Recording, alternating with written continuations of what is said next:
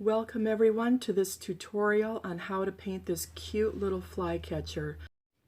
Listed here are the paints that I used and the brushes. When I paint an animal, I always start with the eye because that's what draws the viewer in. Here I'm using my 00 brush, it's a very fine tip, and neutral tint paint. And I always outline the eye first, working my way inwards and being sure to leave that highlight that gives the spark and the life to the animal. This photo reference is from paintmyphoto.com.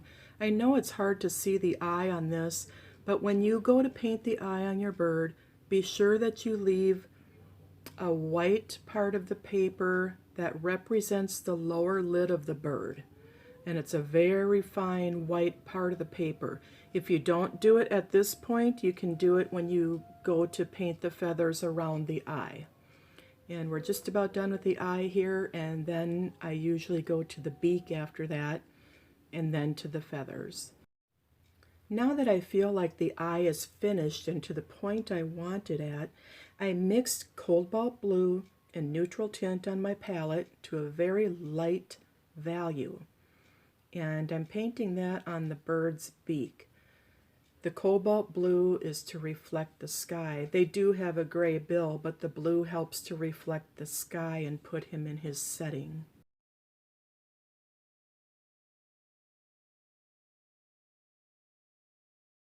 Here I'm coming in with neutral tint to paint the mandible.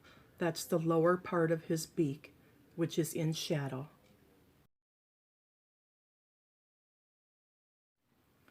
After letting that part thoroughly dry, I'm coming back in with some more neutral tint and my 00, and I'm painting that little nostril at the base of his beak. After wetting his head and neck area, I'm coming in with my number 4, and I am putting a base paint color of raw umber over that area.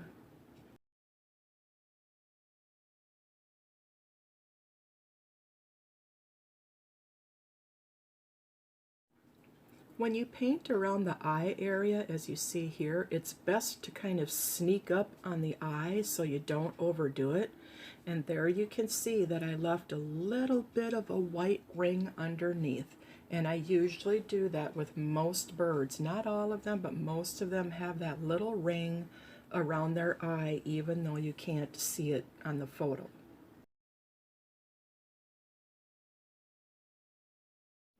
Here you see me coming in with my brush loaded with Vandyke brown to put a darker layer on his head, following my reference photo where you see the shadows on his head.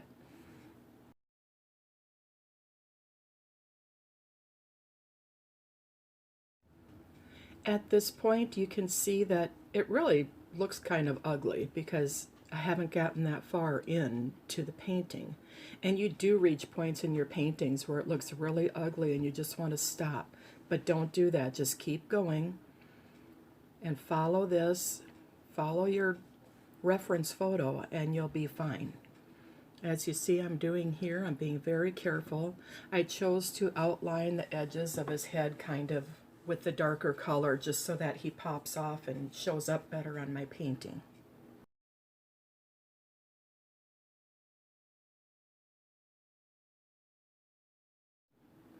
When you get to a point like this, if you notice I'm using choppier movements with the tip of my brush, and that helps to blend the dark feathers in with the lighter ones. There you see how it's being blended. You use lighter values too as you get towards the highlight areas. Keep working, starting underneath the bill and getting that part, the beak, and getting that part painted and blending in with the brown just underneath the eye with the top of the head. It's a lot of blending work and it's different shades of the same color, different values of the same color. Here you see that I am taking a wash of water and wetting the area that I'm going to paint in next.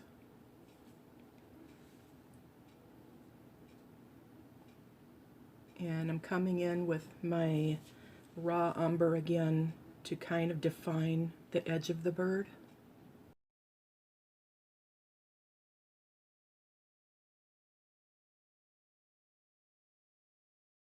At this point, there's blending that goes into the white part on the neck from the chest. So I'm pulling those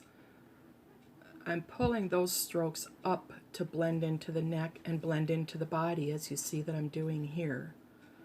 You kind of go from the center of an area outwards, whether it be into the chest or out, to make him look feathery and fluffy on the edge. And now that we've finished the left side of the bird, wet the right hand side and load your brush with some more raw umber, and using feathery strokes and following your reference photo, put in the feathers on the upper right hand side, neck, close to the neck area and the chest, where you see it looks kind of grayish, but they're actually a brown, more of a brown bird, which is why we're using the raw umber. And make sure you use those choppy strokes so it looks blended in. When you're happy with how that turns out, load a little bit of brush, mix some Cobalt Blue on your palette with water. It's a real light mix, because you can always darken it. And go ahead and feather that in as you see me doing here, because he actually is white, but he's reflecting the blue from the sky, and that's why we use the Cobalt Blue.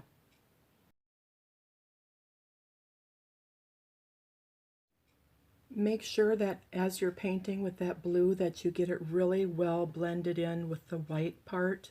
Don't leave any sharp edges. You want everything to blend real smooth.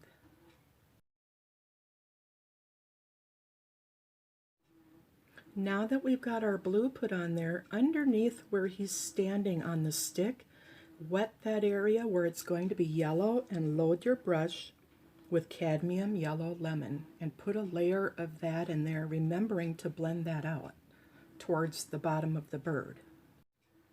When you're done with that, wet the bird at the top of the stick going upwards and apply that cadmium yellow from the stick with your strokes going kind of upwards, blending into the white and a little bit into the blue, as you see that I'm doing here.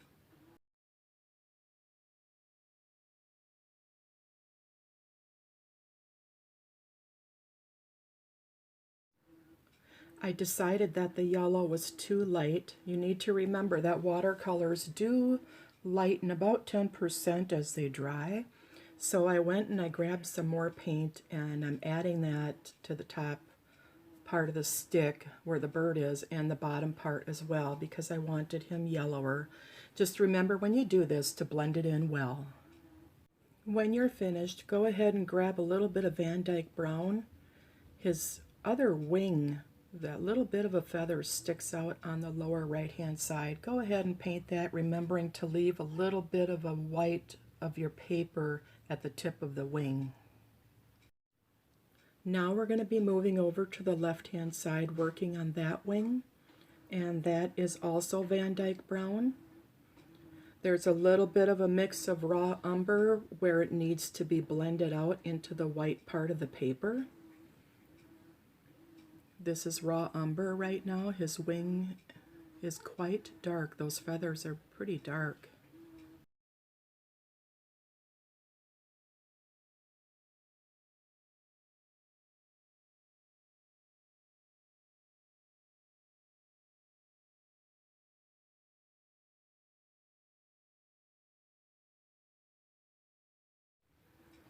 This is raw umber that I'm starting to apply up on that upper feather. There's 3 feathers that are sticking down from his wing, and I worked on the bottom one and then I went to the top one because I didn't want the 2 of them to blend since the bottom one is not dry yet. So I based in that top one with the raw umber, lots of water, well, more water than paint. And then as you get closer to the body, you'll want more paint. And remember, I'm using strokes that are going upwards so that it blends and looks feathery into his body. And now I'm working on the center feather using more Vandyke brown mixed with a little bit of the raw umber, as I can see on my reference photo how the light hits his wing. Just remember to leave a very, very fine whitish colored line in between the feathers. And when it's done drying, then you can do a glaze over the whole, all three feathers, and that white will disappear and turn into a light brown. And it will all look blended yet separate.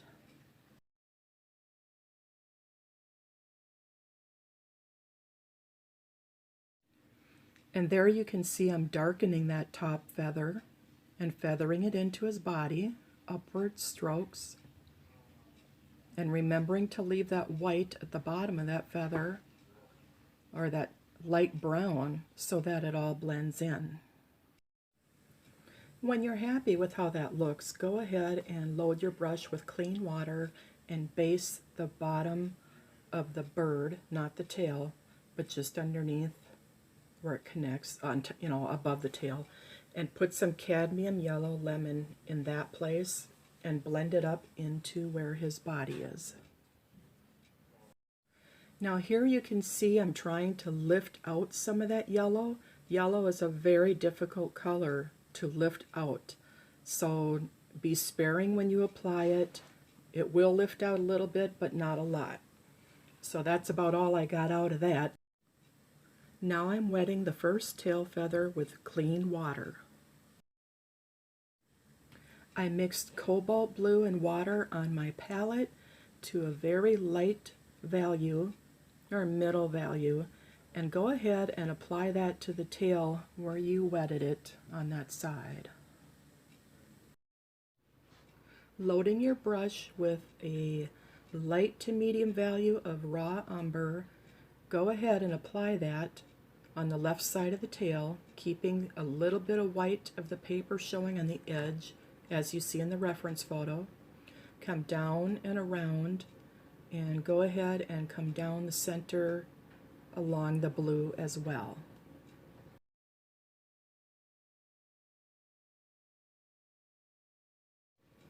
When you're done doing that, go ahead and blend the brown into the blue, and when you're done with that, add another layer of cobalt blue, very light layer, as you see that I did there. Next, on the right hand side, we're going to add a layer of Vandyke brown, a nice dark brown to contrast with the other side, and carefully blend it out towards the right hand side, leaving some white of the paper showing, as you see that I'm doing here.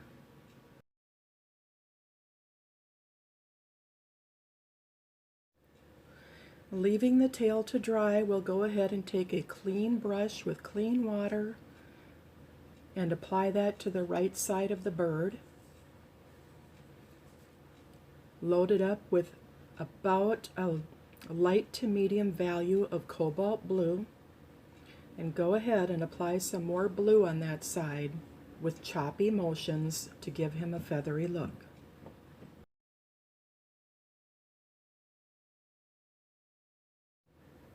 I'm adding some strokes of more cobalt blue on the left hand side and cleaning my brush and kind of feathering and blending that out a little bit.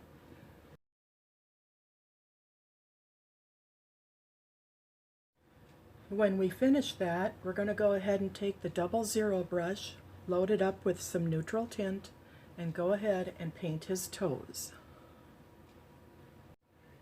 Make sure that you follow your reference photo really well.